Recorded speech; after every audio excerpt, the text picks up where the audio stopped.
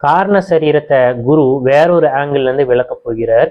காரண சரீரத்தோட தன்மையா அவித்யா ரூபம் நம்ம ஏற்கனவே பார்த்தோம். அதாவது அறியாமையின் இருப்பிடம்.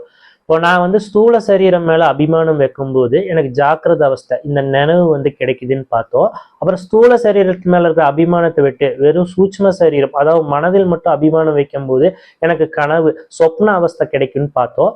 அப்புறம் நான் சூட்சும சரீரத்து மேல இருக்கிற அபிமானத்தை விட்டுட்டா எனக்கு சுஷுப்தி அவஸ்தை கிடைக்கும்னு பார்த்தோம். அங்க என்ன நடக்குதுன்னா அங்க எனக்கு அறியாமையும் ஆனந்தமும். இது எப்படி எனக்கு தெரியுதுன்னா, நான் தூக்கத்துல இருந்து வெளியில வந்ததுக்கு அப்புறம் ஒண்ணுமே தெரியாம ஆனந்தமா தூங்குனேன்னு நான் சொல்றேன். அப்போ நான் சுசுப்தி அவஸ்தையில காரண சரீரத்தை அனுபவிச்சுட்டு இருக்கேன். அங்க என்ன அனுபவம் எனக்கு கிடைக்குதுன்னா அறியாமையும் ஆனந்தமும். அதை பேஸ் பண்ணி தான் பாத்தீங்கன்னா இந்த கோஷத்துக்கு ஆனந்தமய கோஷம்னு பேர் கொடுக்கப்பட்டுள்ளது. ஏன் இதை காரணமய கோஷம் இல்லைன்னா அஞ்ஞானமய கோஷம்னு கொடுக்கலாம்னா, சாஸ்திரம் பாத்தீங்கன்னா ஆனந்தமய கோஷம்னு கொடுத்துருக்கு. ஏன்னா அங்க அஞ்ஞானமும் இருக்கு, ஆனந்தமும் இருக்கு. இதை பேஸ் பண்ணி பாத்தீங்கன்னா இந்த காரண சரீரம், இந்த ஆனந்தமய கோஷத்துல அடுத்த 2 தத்துவங்களை பார்க்க போறோம். ஒண்ணு அஞ்ஞானத்தை பத்திய விசாரம், இன்னொன்னு ஆனந்தத்தை பத்திய விசாரம்.